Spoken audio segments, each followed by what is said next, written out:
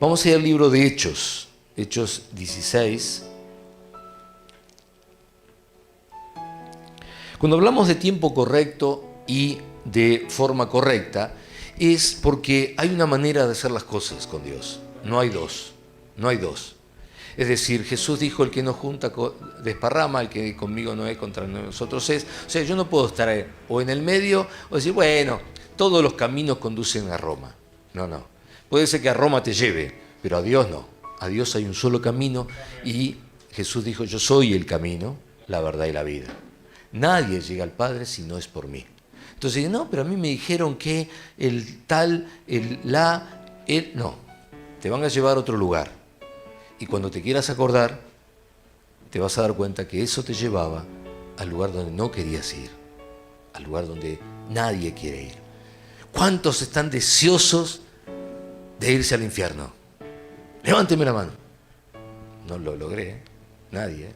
Bueno, si no tomamos el camino correcto, que es el del Señor, cuando te quieras acordar, vas a empezar a ver un fueguito y decir, ¿este fueguito será un asado o me estoy por asar yo? Bueno, la segunda opción, ¿está bien? Entonces necesitamos hacer las cosas a la manera de Dios. En este relato vamos a ver que Pablo, el apóstol Pablo, salía todos los días e iba a predicar. Iba a predicar. Tenía una hermosa costumbre, la de predicar. ¿Cuántos salen todos los días a predicar? Muy bien. Bueno, tengo uno. Tengo uno. Gloria a Dios. Pablo lo hacía todos los días. Era su costumbre. Pero dice que cada vez que él salía, por atrás venía una muchachita que tenía un espíritu que dice de adivinación. Iba caminando y le decía, este es un siervo de Dios. Y le decía todas las cosas que él era. Era correcto lo que decía. Y parecía bueno. Pero a Pablo no le gustaba. Y salió por varios días hasta que en un momento determinado Pablo se cansó, se dio vuelta, le dijo, salí de ahí. Y no se lo dijo a la mujer. Vamos a leerlo. Hechos 16, 16. Póngase de pie, por favor, para honrar la palabra de Dios. Y vamos a leerlo todos juntos. Dice así. Aconteció que mientras íbamos a la oración, nos salió al encuentro una muchacha que tenía espíritu de adivinación, la cual daba gran ganancia a sus amos adivinando. Esta, siguiendo a Pablo y a nosotros, daba voces diciendo, estos hombres son siervos del Dios Altísimo, quienes os anuncian el camino de salvación. Y esto lo hacía por muchos días. Mas desagradando a Pablo, este se volvió y dijo al Espíritu, diga conmigo, al Espíritu, te mando en el nombre de Jesucristo que salgas de ella. Y salió en aquella misma hora. Amén y amén. Puede tomar asiento, gracias por honrar la palabra. Pablo dice que le habló al Espíritu, no le habló a la muchacha. No le habló a la muchacha, le habló al Espíritu. Porque la palabra de Dios dice que nosotros no tenemos lucha contra carne o sangre, o sea, contra personas, sino contra espíritu. ¿Cómo era que decía? Contra principados, contra potestades, contra huestes espirituales de maldad en las regiones celestes. ¿Está bien? Es decir, contra espíritus, no contra hombres o mujeres. Entonces él no le habló a la chica, a la muchacha, le habló al Espíritu. Le habló al Espíritu. Y cuando en algún momento, esto se pueda dar en la iglesia, usted tiene que recordar que cualquier cosa que hagamos tiene que ver con el Espíritu y no con la persona. No con la persona. Usted no tiene nada que ver. Es el Espíritu que puede estar molestando o haciendo cualquier cosa. Y entonces hay que hablarle al Espíritu. Amén. Entonces Pablo le habla al Espíritu. ¿Y por qué tardó tantos días en hablarle al Espíritu? ¿Por qué no lo hizo el primer día? Si no le gustaba. Simplemente porque todavía no sabía quién era. Pablo no, él sí sabía quién era. El que no sabía quién era quién era el Espíritu que estaba. Necesitaba algo que se llama discernimiento de espíritus. Entonces cuando él supo qué espíritu era, le habló al Espíritu. Es como si yo quiero saber quién está sentado acá en el medio, en el medio de la silla. Va. Entonces digo, ¿quién es? Ah, Ricardo. Ricardo. Y le hablo a Ricardo, ¿está bien? Ahora, si yo no me acuerdo el nombre, cosa que me pasa muy seguido, por cierto,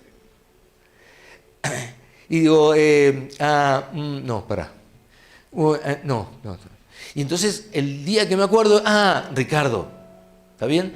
Y esto es lo que hizo Pablo. Pablo seguía todos los días y dice, pero no sé quién es. ¿Quién es? ¿Cómo se llama? ¿Qué espíritu es? Hasta que en un momento dijo, ya sé, se dio vuelta, a vos te digo, salí. Y salió. La primera cosa que quiero decirles es que si nosotros tenemos autoridad, y el miércoles hablamos acerca de cómo tener autoridad, cómo se tiene autoridad. Muy bien, menos mal que tengo una alumna perfecta. La obediencia me da autoridad. Si yo estoy en obediencia, es decir, estoy en sujeción, entonces, como yo estoy en sujeción, los que están por debajo nuestro tienen que sujetarse. Y si yo estoy en sujeción, tengo autoridad, porque la autoridad de que bajo el que yo estoy me la da a mí. Viene hacia abajo, ¿está bien? Entonces, Dios, y así baja, y cuando ustedes están en autoridad en base a esa escalera como hacia abajo, ¿está bien? Que es absolutamente vertical, entonces usted tiene la autoridad. Unos hijos de sumos sacerdotes, no, de sacerdotes, de un sacerdote específicamente, le quisieron echar fuera un demonio de un hombre. Y entonces cuando llegaron, estaba ahí el endemoniado, y lo que le dijeron es, en el nombre de Jesús, venía bien la cosa, en el nombre de Jesús, ahí estaba bien. Pero después salió lo que era su realidad. Dice, en el nombre de Jesús, el que predica Pablo, ellos no estaban bajo la sujeción de Jesús. Ellos no reconocían a Jesús como su Señor. Era Pablo el que lo hacía. Entonces el demonio le contesta y dice, Jesús sé quién es, a Pablo conozco, pero ¿ustedes quiénes son? ¿Ustedes quiénes son? Y dice que eran 7 contra 1, y se les tiró encima, pudo con ellos, y se fueron corriendo, lastimados y desnudos. Así terminaron. Entonces, ¿cómo hago para tener la autoridad? Bueno, tengo que yo ponerme bajo autoridad. Yo me pongo bajo autoridad, ¿está bien? Ahora, cuando tengo autoridad, los demonios tienen que sujetarse. Y lo hacen. Y Pablo dijo, salí, y salió. No le cuestionó nada, simplemente salió. A Jesús lo mismo. Cuando él decía salga, salían. Quizás se revolcaban, zapateaban, gritaban, hacían muchas cosas, pero se iban. No había vuelta, se tenían que ir. Entonces, de esto se trata. Amén. En conclusión, el miércoles vimos, conclusión del miércoles, vamos a empezar hoy, pero estoy haciendo un pequeño resumen. Vimos el miércoles que hay un pan del cielo. Un pan del cielo que nosotros necesitamos comer, alimentarnos. ¿Por qué? ¿Qué es lo que produce en nosotros ese pan del cielo? Bueno, según vimos a Elías, al comerlo, el pan que los ángeles le habían dado, lo fortaleció de tal manera que pudo caminar 40 días y 40 noches sin detenerse, sin descansar, sin comer, es decir, de estar tirado, que no podía ni levantarse en una cueva, que se levantaba y se volvía a dormir, estaba totalmente agotado. De pronto comió el pan del cielo y tuvo esa fortaleza. Entonces, ¿qué necesitamos? Comer el pan del cielo. ¿Por qué? Porque el cansancio nos hace débiles delante de los demonios. Elías había batallado contra, en realidad eran 900 sacerdotes del diablo, a los cuales 450 se le presentaron y él hasta los venció, le cortó la cabeza. Había peleado 3 años y medio con todo el rey y la famosa Jezabel. Había hecho descender fuego del cielo, era tremendo. Sin embargo, en un momento se agotó de tal manera que solamente con una amenaza de Jezabel ya le agarró un miedo bárbaro y se abrió corriendo. y se escondió en una cueva. Pero comió el pan y vino toda la fuerza. Cuando nosotros nos alimentamos del pan del cielo, y Jesús dice que el pan del cielo, el pan que Él comía y debía comer, era la palabra de Dios. Cuando yo recibo la palabra de Dios, estoy recibiendo el pan del cielo y eso fortalece mi vida, fortalece mi vida. Y luego vimos que había un pan de los hijos. Y el pan de los hijos era la liberación, es decir, aquellos que están siendo atormentados o engañados o tomados por demonios. El pan de los hijos es la liberación. Y es para los hijos. ¿Dónde están los hijos de Dios? Bueno, amén. Es para ustedes, para mí también. Entonces tenemos la posibilidad de esa liberación. También hablamos de la necesidad del discernimiento espiritual, como vimos que pasó con Pablo. Tuvo discernimiento, pudo actuar. Amén. Y vimos también que Dios había dado ya la orden de bendecir. Es decir, Dios ya dijo que quiere bendecirte. Decirle que tenías al lado y Dios te quiere bendecir. Ahora, si no lo estamos experimentando, si por alguna razón no estoy experimentando esa bendición, es que algo está pasando. ¿Por qué? Porque yo tendría que experimentarla. Entonces, o algo está pasando o alguien lo está estorbando o impidiendo. La liberación de ese estorbo o impedimento es lo que necesita toda persona que se acerca a Dios. Porque Dios ya bendijo. Dios ya bendijo. ¿Y por qué no lo estoy recibiendo? Porque alguien lo está impidiendo. Entonces, ¿qué tengo que hacer? Liberarme de ese alguien o de ese algo. ¿Me sigue? Vamos a avanzar entonces en esto, guiados por el Espíritu Santo, porque Él es el que nos está guiando. Porque primero es el tiempo, segundo es lo que se necesita en este tiempo, y tercero es lo que Dios nos está mostrando, que el Espíritu quiere hacer con nosotros. El Salmo 32:8 leímos el miércoles, decía: te haré entender y te enseñaré el camino en que debes andar. Mis ojos, o sobre ti fijaré mis ojos. Entonces, si Dios está mirándonos y nos está guiando hacia ese lado, no podemos ir para otro lado. Si no, nos van a llamar Jonás, que te dice, te manda a Nínive, y nosotros agarramos para el lado de... ¿Está bien? Pero yo quiero que usted escuche, que ya lo leímos el miércoles, pero quiero que lo escuchen todos hoy de nuevo, lo que Dios dice que nosotros tenemos que vivir en este tiempo. ¿Amén? Lo que nosotros tenemos que vivir. Diga, lo que yo tengo que vivir. Lo que la iglesia, Avivamiento, sí tiene que vivir, va a recibir y hará. Y dice en Números 23:20, escucha, yo recibí la orden de bendecir. Dios ha bendecido y yo no puedo revertirlo. Ninguna desgracia está en su plan para sus hijos. Ningún problema espera a esta iglesia, pues el Señor su Dios está con ellos. Diga, ¿está conmigo? Está conmigo. Él ha sido proclamado su rey en este lugar. Dios los sacó de Egipto. Para ellos Él es tan fuerte como un buey salvaje. Ninguna maldición, escuche esto, ninguna maldición puede tocar a sus hijos. Ninguna maldición puede tocar a sus hijos. Ninguna magia ejerce poder alguno contra la iglesia. Pues ahora se dirá de Jacob, qué maravillas ha hecho Dios con su iglesia. Pues este pueblo se levanta como una leona, como un majestuoso león se despierta. Ellos se niegan a descansar hasta que hayan devorado su presa y beben la sangre de los que han matado. Amados, así es el plan de Dios.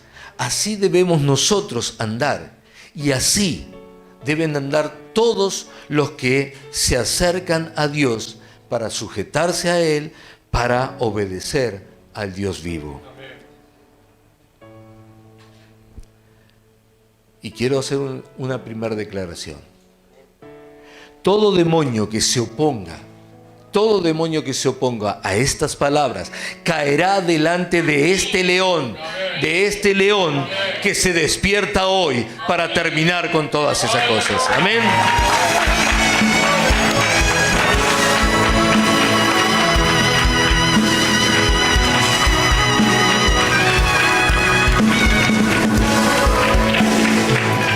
Ezequiel 13, 20 al 23 dice así: esto dice el Señor soberano, estoy en contra de sus amuletos mágicos, esos que usan para atrapar a mi pueblo como a pájaros. Yo se los arrancaré de los brazos y libraré a mi pueblo como se libera a un pájaro de la jaula. Les quitaré los velos mágicos, rescataré a mi pueblo de las garras de ustedes. Ellos ya no serán más sus víctimas. Levante la mano el que no quiere ser más víctima de las tinieblas. Entonces ustedes sabrán que yo soy el Señor. Con sus mentiras desalentaron a los justos, pero yo no quería que estuviesen tristes. Ustedes alentaron a los perversos al prometerles vida, aunque ellos continuarán pecando. Por todo eso, ustedes ya no hablarán de visiones que jamás vieron, ni harán más predicciones, pues yo rescataré a mi pueblo de sus garras. Entonces ustedes sabrán que yo soy el Señor. Esta es una declaración del Señor. Esta es una declaración del Señor para nuestras vidas, para este tiempo. Ezequiel hablaba para estos tiempos y Dios está diciendo que se termina toda atadura, todo engaño del enemigo y que nos va a hacer libres. Y yo declaro que comienza eso hoy aquí. Aleluya.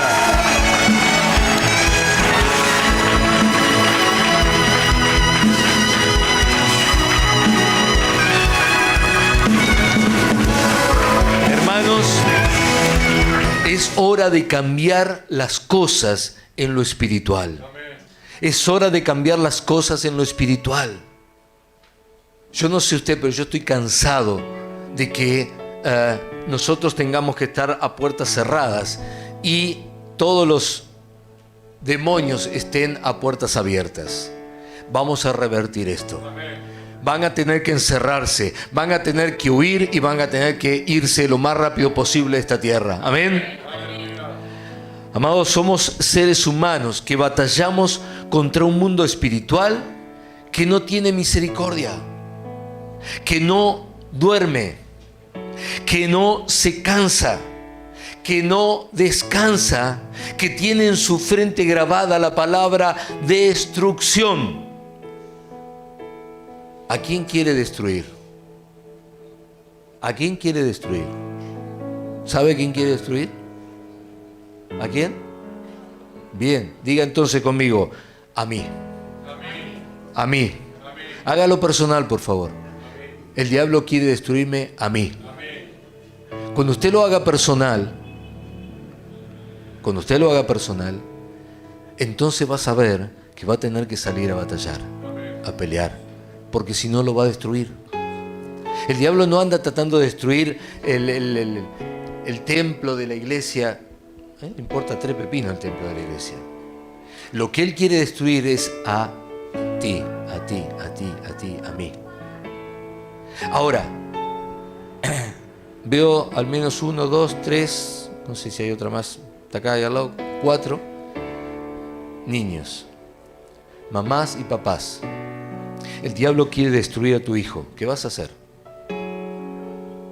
¿Qué vas a hacer?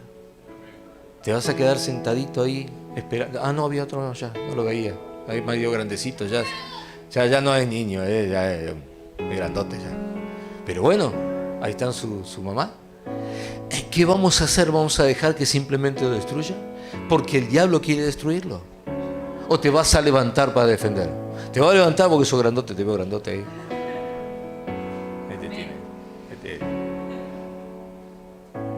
¿Va a pelear? Amén, ¿verdad? Claro que vamos a pelear. Claro que lo vamos a hacer. Porque no vamos a dejar que lo haga. Así que necesitamos ir contra ese enemigo nuestro. Ya no es el enemigo de Dios. Porque a veces hablan del enemigo de Dios. Bueno, que se arregle Dios. No, es el enemigo nuestro. Porque viene contra nosotros. Es nuestro enemigo. Y vamos a ir contra ese enemigo. Y lo vamos a hacer como mínimo de dos maneras.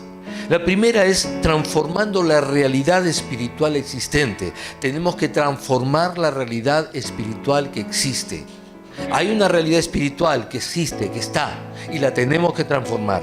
La segunda, tenemos que cambiar la iniquidad en nuestras vidas. Y usted dirá, ¿y qué es iniquidad? Ya lo vamos a ver. Ya lo vamos a ver. Estamos hablando de un mundo invisible que se manifiesta en nuestro mundo visible. Estamos hablando de un mundo invisible. Yo no puedo ver a los espíritus, pero se manifiesta en mi mundo y yo lo puedo ver. Amén. Aquí entra en juego algo muy importante, que es el linaje. Algo muy importante en nuestra vida, que es el linaje genealógico para nosotros. ¿De dónde venimos? ¿Quiénes son nuestros antepasados? Y por ende, ¿qué es lo que hicieron? ¿Qué es lo que ellos hicieron? Ya que de esto depende mucho lo que sucede en nuestras vidas, para bien o para mal. Para bien o para mal. ¿Ok? Si, por ejemplo, entra en algún antepasado una maldición, eso seguirá de generación en generación hasta que alguien se pare firme, lo detenga y diga, basta, hasta acá llegaste, hasta acá llegaste.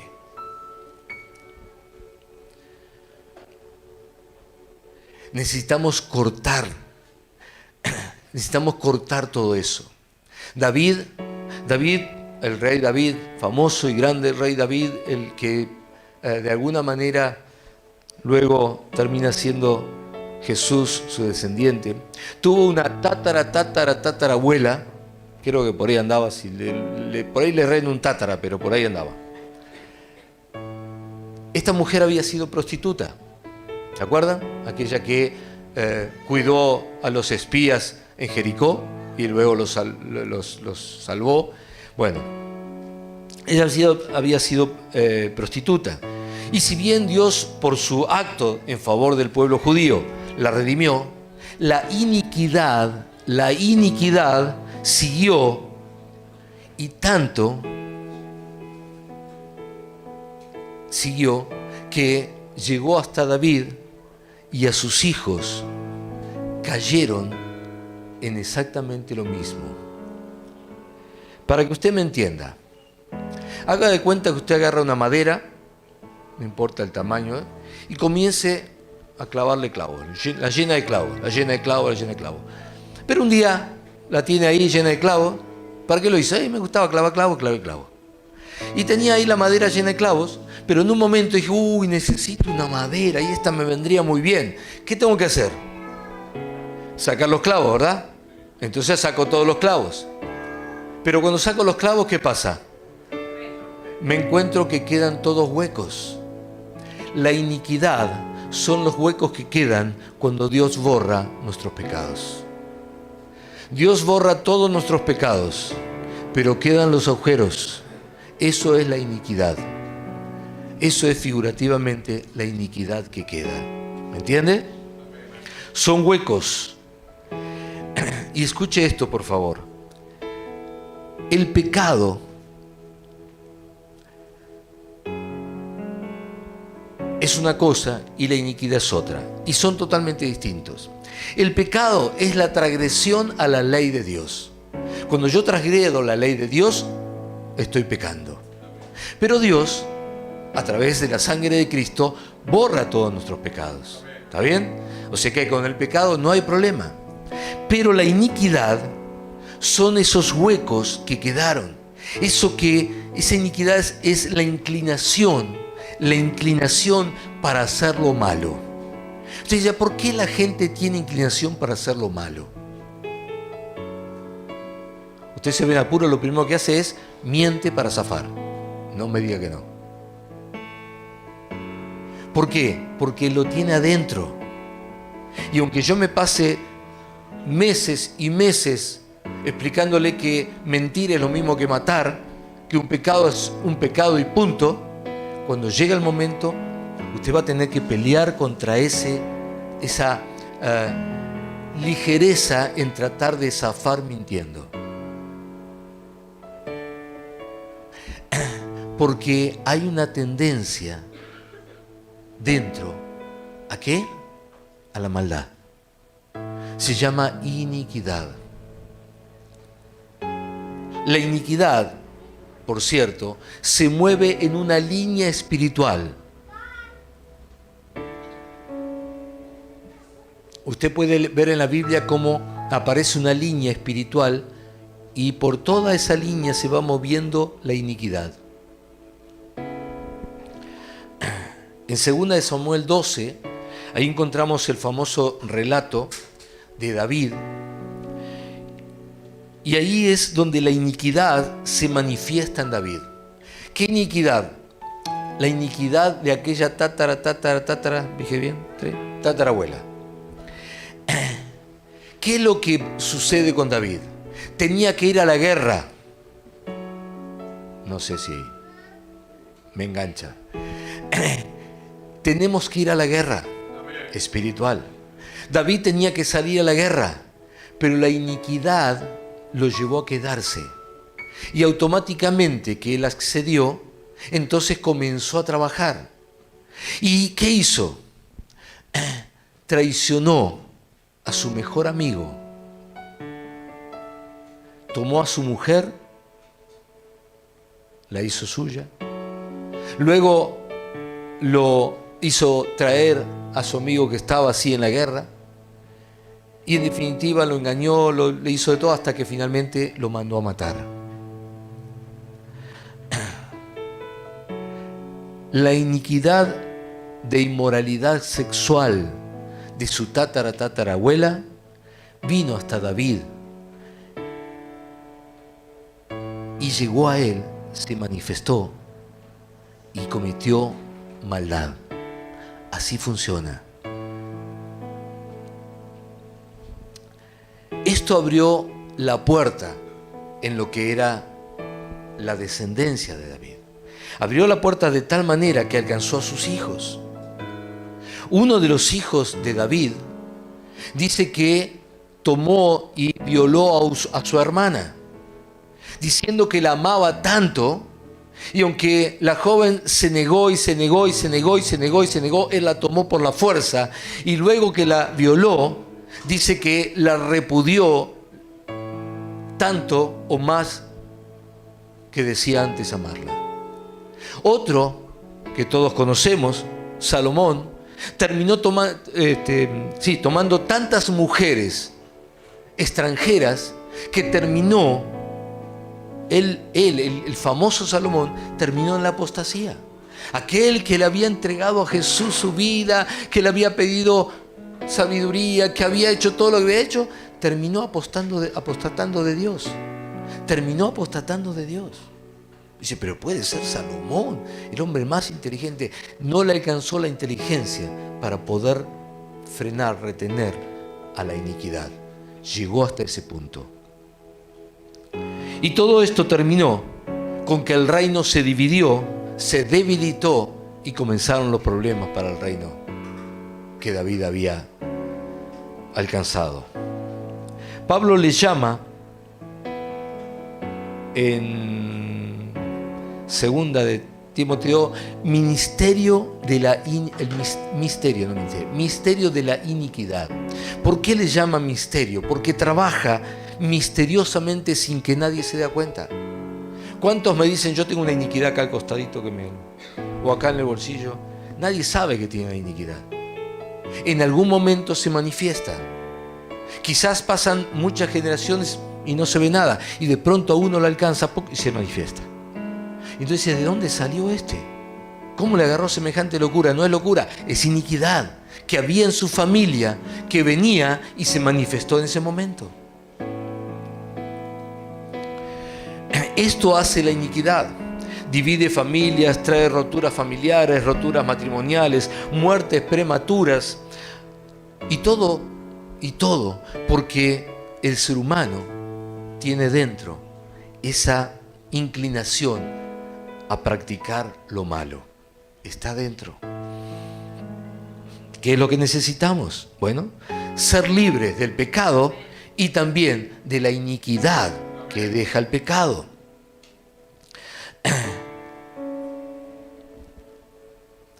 Y aún de las iniquidades o iniquidad que viene de nuestros antepasados. Tenemos que ser libres. Ahora, es muy interesante entender que el diablo lo que usa es la iniquidad para que aún el creyente se manifieste hacia lo malo. Si había alguien que amaba a Dios, era David.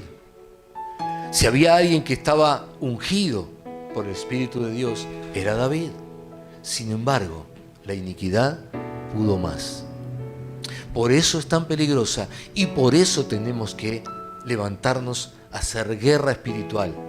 Porque si nos quedamos, la iniquidad se va a manifestar, nos va a alcanzar o va a alcanzar a nuestros hijos.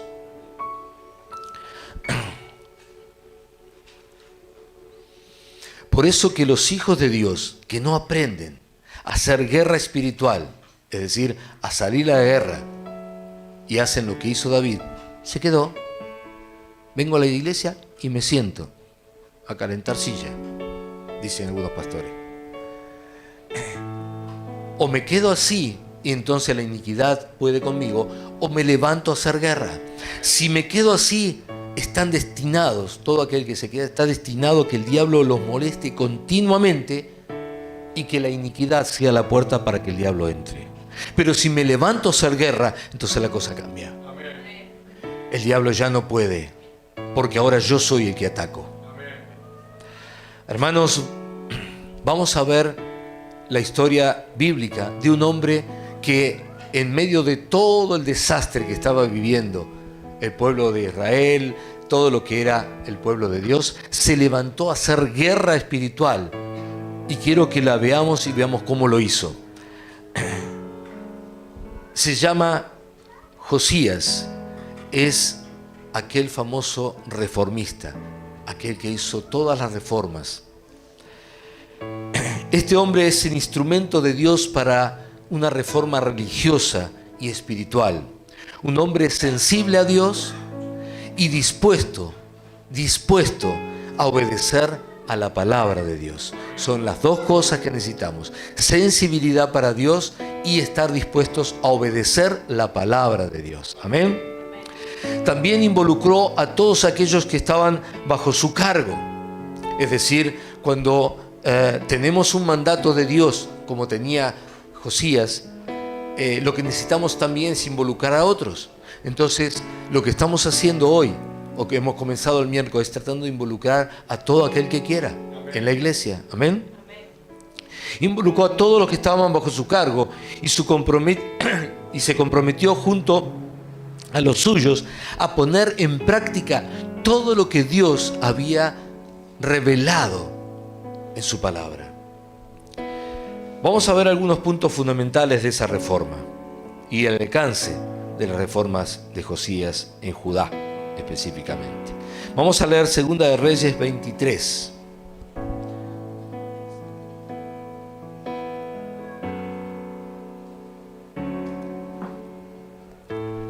Allí dice: el rey tomó su lugar de autoridad junto a la columna. ¿Qué hizo? Tomó autoridad. La primera cosa que tenemos que hacer para hacer guerra espiritual es tomar autoridad. Tomar autoridad.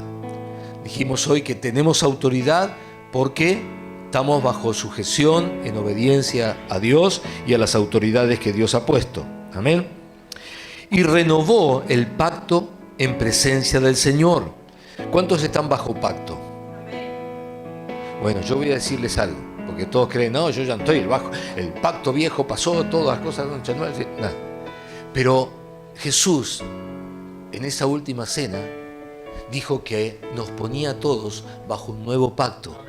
El libro de Hebreos 8 dice que estamos bajo un mejor pacto con mejores promesas. Quiere decir que nosotros estamos bajo el pacto de sangre, de la sangre de Jesús. Así que ¿cuántos, ahora que lo saben, quieren estar bajo pacto? Bien, ahora que lo sabemos, ¿podemos renovar ese pacto? Sí, gracias. ¿Podemos renovar el pacto? Claro que sí, lo vamos a hacer.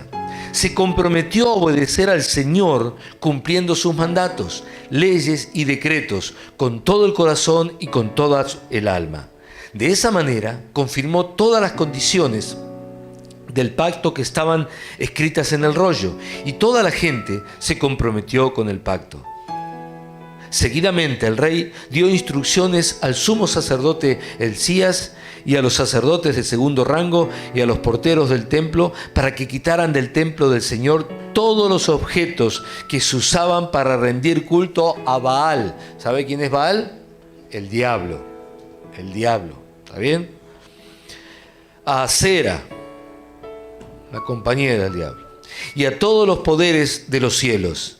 Y el rey hizo quemar todas esas cosas fuera de Jerusalén, en las terrazas del valle de Cedrón, y llevó las cenizas a Betel. Eliminó a los sacerdotes idólatras. Entonces, ¿puede haber sacerdotes idólatras? Sí, sí. ¿Qué quiere decir sacerdotes? Bueno, puede haber pastores. Puede haber pastores idólatras, puede haber pastores. Mire, yo recibo a veces libros, no hace mucho tiempo atrás recibí un libro de uno de los pastores más conocidos, y yo diría que en la iglesia más grande del mundo. Y leí la primera página y lo tiré al tacho de basura. Era humanismo puro. Absolutamente todo humanismo, no tenía nada que ver con Dios.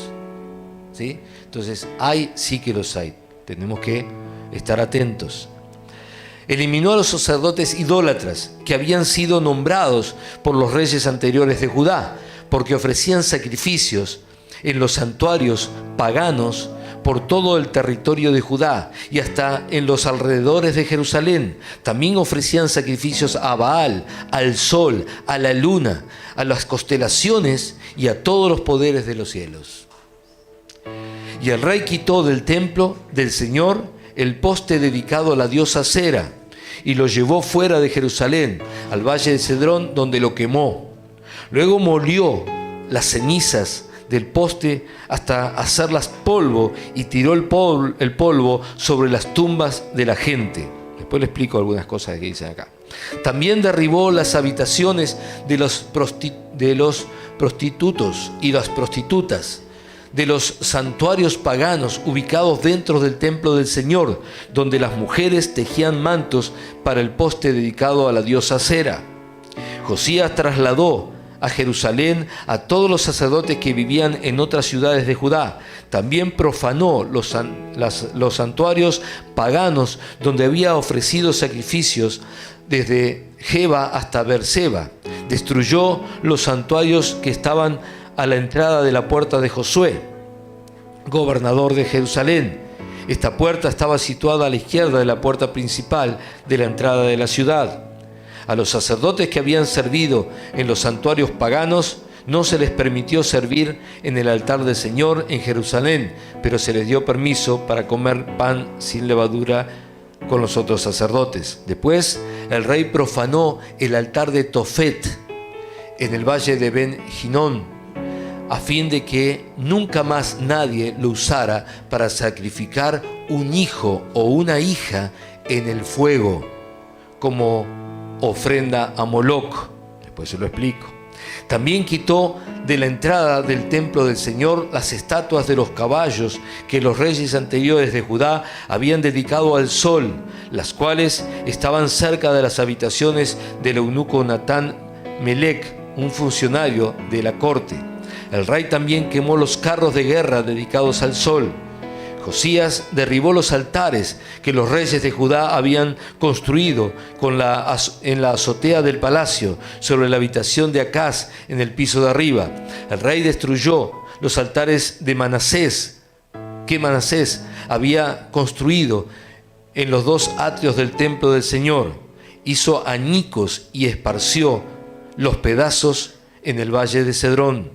El rey también profanó los santuarios paganos que estaban al oriente de Jerusalén y al sur del monte de la corrupción, donde el rey Salomón de Israel había construido santuarios a Astoret, la diosa detestable de los sidonios, para Quemos, era otro dios, el dios detestable de los moabitas, y para Moloc, repugnante dios de los amonitas. Todo esto lo había hecho Salomón, el famoso Salomón.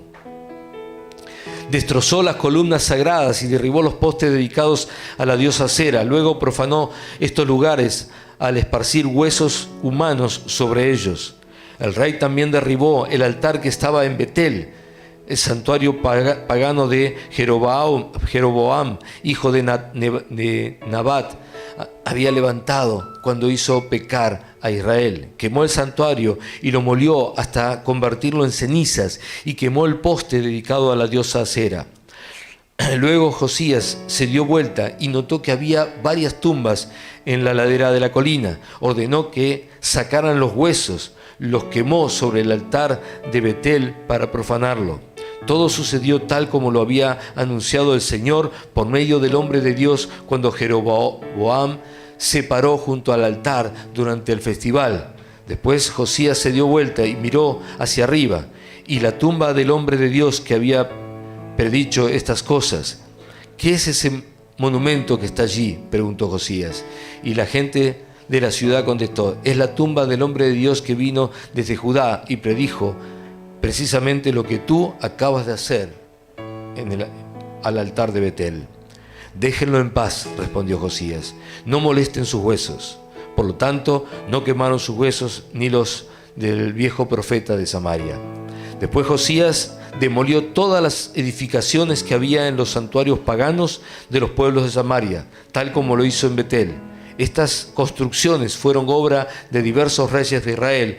En ellas hicieron enojar mucho al Señor. Por último, el rey ejecutó a los sacerdotes de los santuarios paganos sobre sus propios altares y quemó huesos humanos en los altares para profanarlos. Cuando terminó, volvió a Israel. Amén y amén.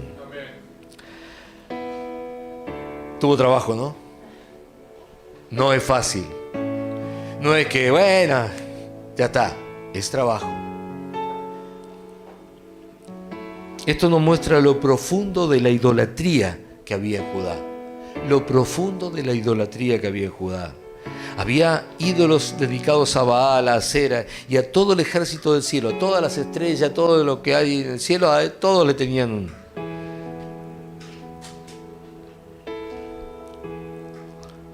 La primera vez que fui a México me asombró que en cada esquina había un monumento a algo.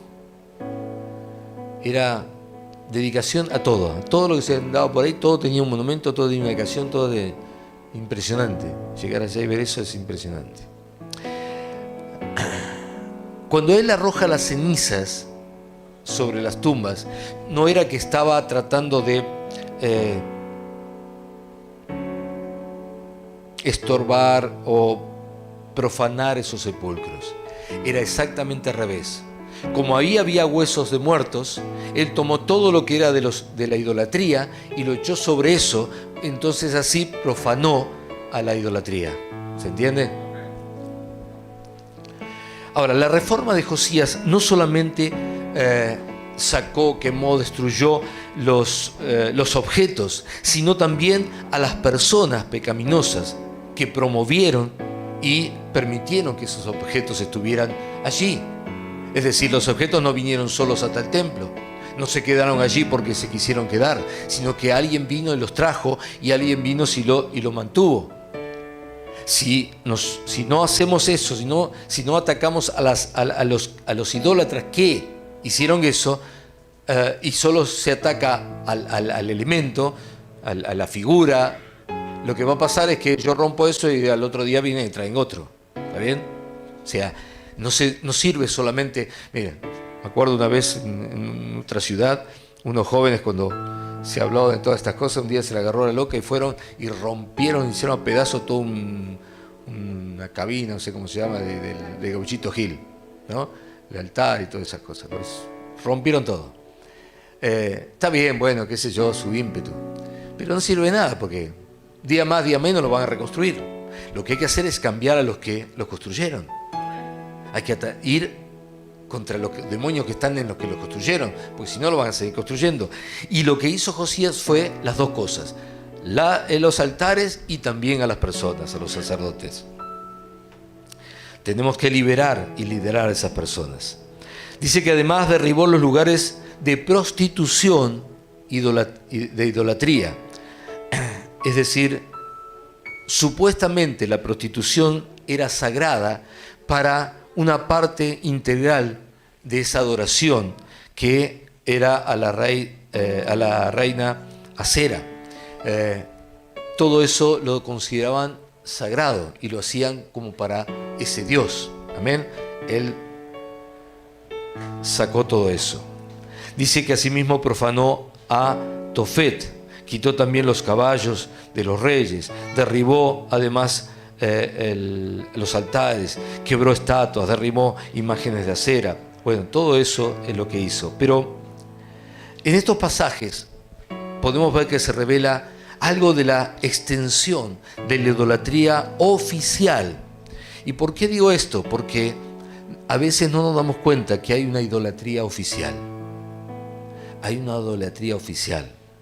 Y que cuando está eso, tenemos que ir contra eso. ¿Por qué? Porque es lo que nos están imponiendo. Amén. ¿Y qué hizo? Bueno, lo que vio él y lo que podemos ver nosotros, cuánto se había invertido, cuánto dinero había invertido en todo eso. Demasiado dinero invertido en todo eso. Y lo había invertido el propio país, sus gobernantes, sus propios gobernantes. Se requirió de parte de Josías y de los que lo ayudaban, se requirió de mucho tiempo de dedicación, requirió de mucho compromiso de parte de ellos para poder sacar todo eso. No bastó con un par de días, no bastó con un par de movimientos, un par de decretos, requirió de mucho tiempo, de mucho compromiso en el tiempo. Es decir, requiere hacer esto, requiere compromiso, inversión y tiempo para la tarea. Una guerra espiritual lleva todo esto.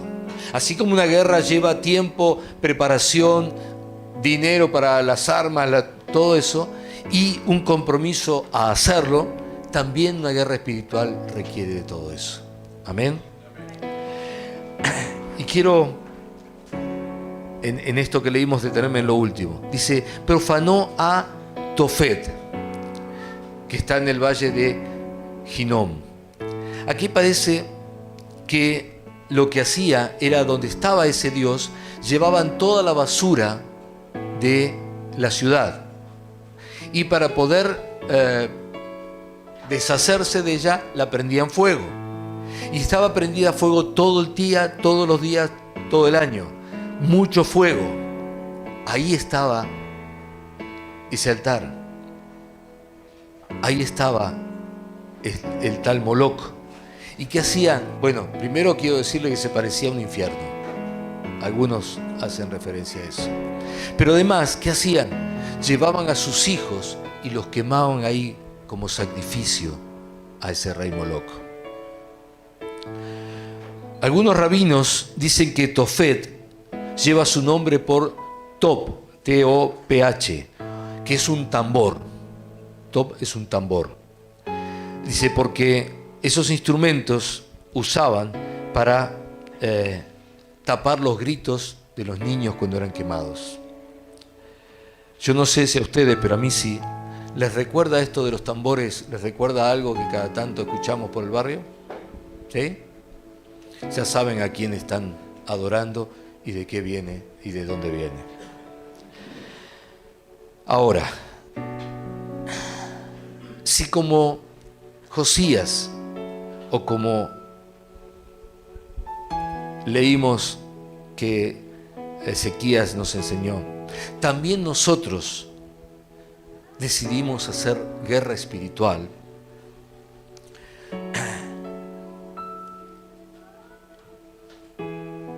porque hay algo que quiero que entiendan. En realidad nadie está fuera de este conflicto.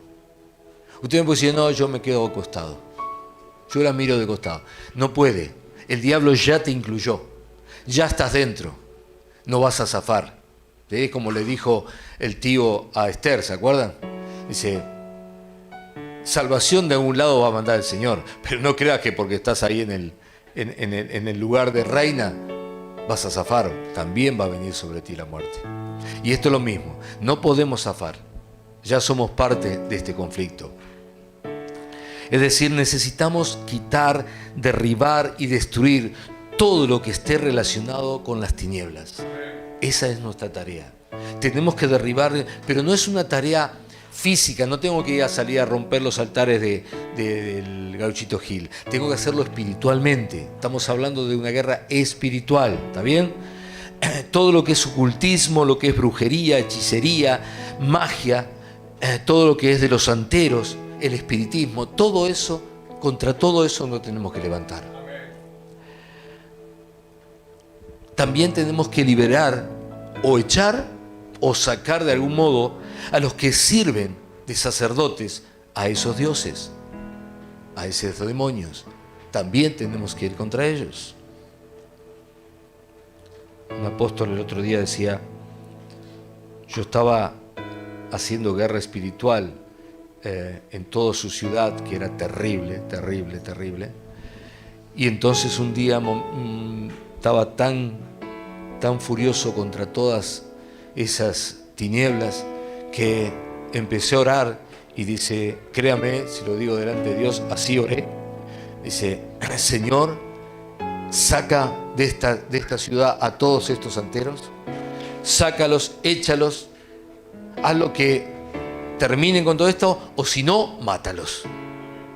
O sea, era tal lo que estaba sintiendo que no tuvo reparo en llegar hasta ese nivel. Tenemos que liberar también a todas las almas que han sido atadas, engañadas, maldecidas por todos estos. Tenemos que hacerlo. Se requiere compromiso, sí, permanencia también. ¿Para qué? Para lograrlo, porque no es de un día para el otro. No es que lo vamos a hacer hoy y nos vamos de acá, está todo bien. Sabemos cómo hacer la guerra, tenemos la autoridad para hacerla y el poder para vencer. Sabemos cómo hacerla, tenemos la autoridad para hacerla y también tenemos el poder para vencer. Amados, el que venció ya a la muerte y a las tinieblas está con nosotros. Su espíritu nos protege, nos cubre y nos empodera. Solo tenemos que hacerlo. Es hora de asumir el compromiso y empezar. Para comenzar, pero también para terminar, el día de hoy, quiero que podamos todos hacer 6 declaraciones o oraciones de un total de 172 que vamos a hacer. 172.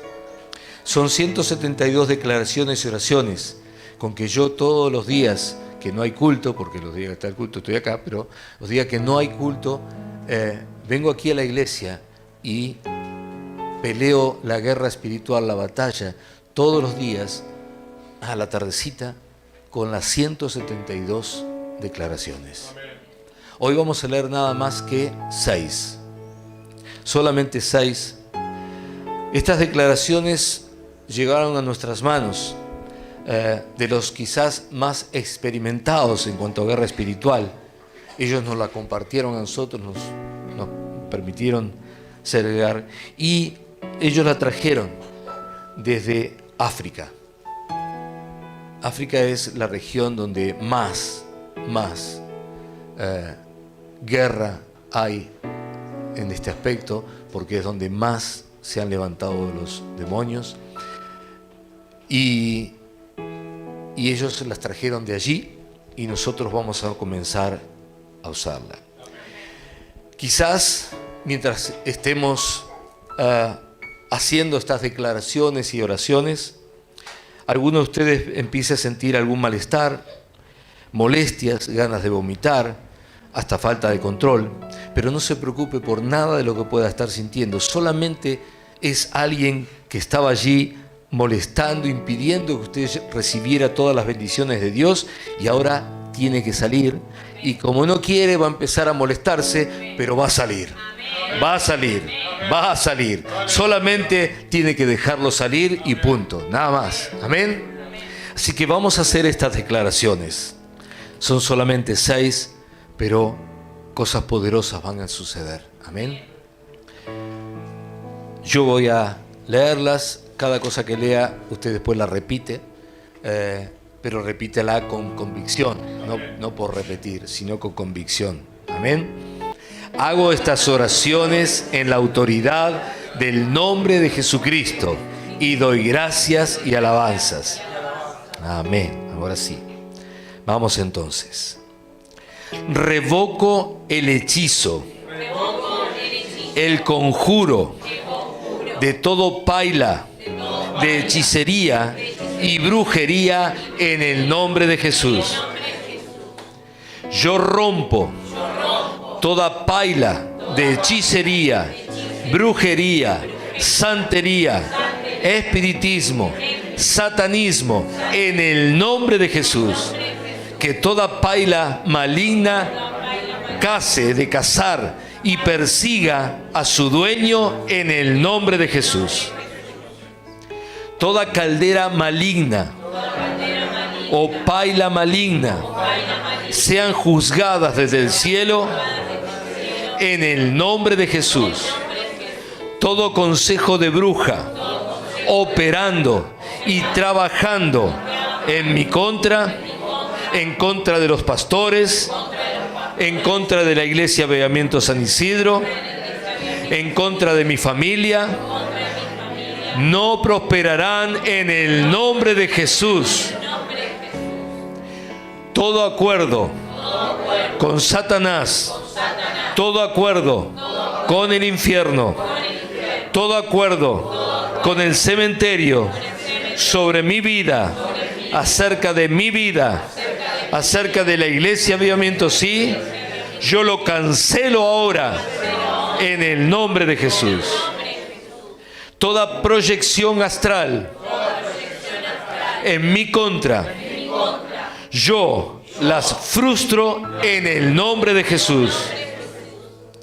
Yo me desenredo a mí mismo y a mi familia de toda jaula de hechicería y de toda paila maligna en el nombre de Jesús. Amén y amén.